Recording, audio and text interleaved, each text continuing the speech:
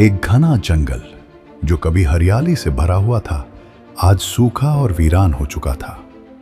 पेड़ों पर पत्ते कम थे और खाने के लिए कुछ भी नहीं बचा था।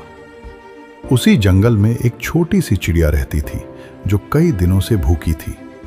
उसके छोटे छोटे पंख थक चुके थे, लेकिन उसकी आंखों में अभी भी उम्मीद बाकी थी। भूख से उसका शरीर कमजोर हो चुका था। हर बार जब वह उड़ने की कोशिश करती, उसके पंख कांप जाते।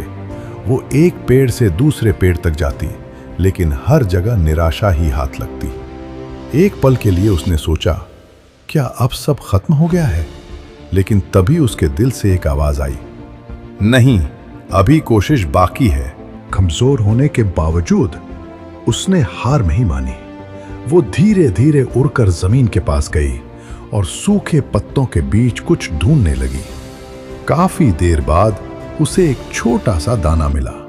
वो बहुत छोटा था, उसकी भूख के सामने कुछ भी नहीं, लेकिन उसके चेहरे पर एक हल्की सी मुस्कान आ गई, क्योंकि उसे एहसास हो गया था, कोशिश करने वालों को कुछ न कुछ जरूर मिलता है। जंगल में सुबह की हल्की रोशनी फैल रही थी। पेड़ों की शाखाओं पर कई चिड़ियां गा रही थी, पर इस घोंसले में अकेली मां चिड़िया थी। उसके छोटे छोटे बच्चे अभी भी नींद में थे।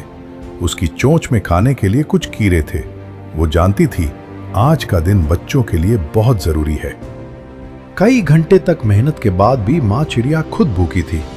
उसकी चोंच में खाना था, पर उसके बच्चों की भूख और जरूरत उसकी अपनी भूख से ज्यादा बड़ी थी।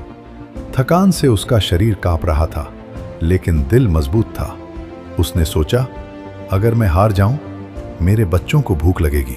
मां चिड़िया ने हर बच्चे के लिए खाने का इंतजाम किया। एक एक कर उसने अपने बच्चों को खिलाया। अपने छोटे छोटे पंख फैलाकर उन्हें ढक दिया और खुद ठंडी बारिश में खड़ी रही। ये प्यार, ये समर्पण ही उसे आगे बढ़ने की ताकत दे रहा था। धीरे धीरे बारिश रुक गई। सूरज की हल्की रोशनी ने जंगल को रोशन किया। मां चिड़िया थकी जरूर थी, लेकिन खुशी उसके बच्चों के चेहरे पर साफ झलक रही थी। उसने महसूस किया कि कठिन समय में भी हिम्मत और प्यार सबसे बड़ा हथियार है। उसका समर्पण बच्चों के लिए सबसे बड़ी ताकत बन गया।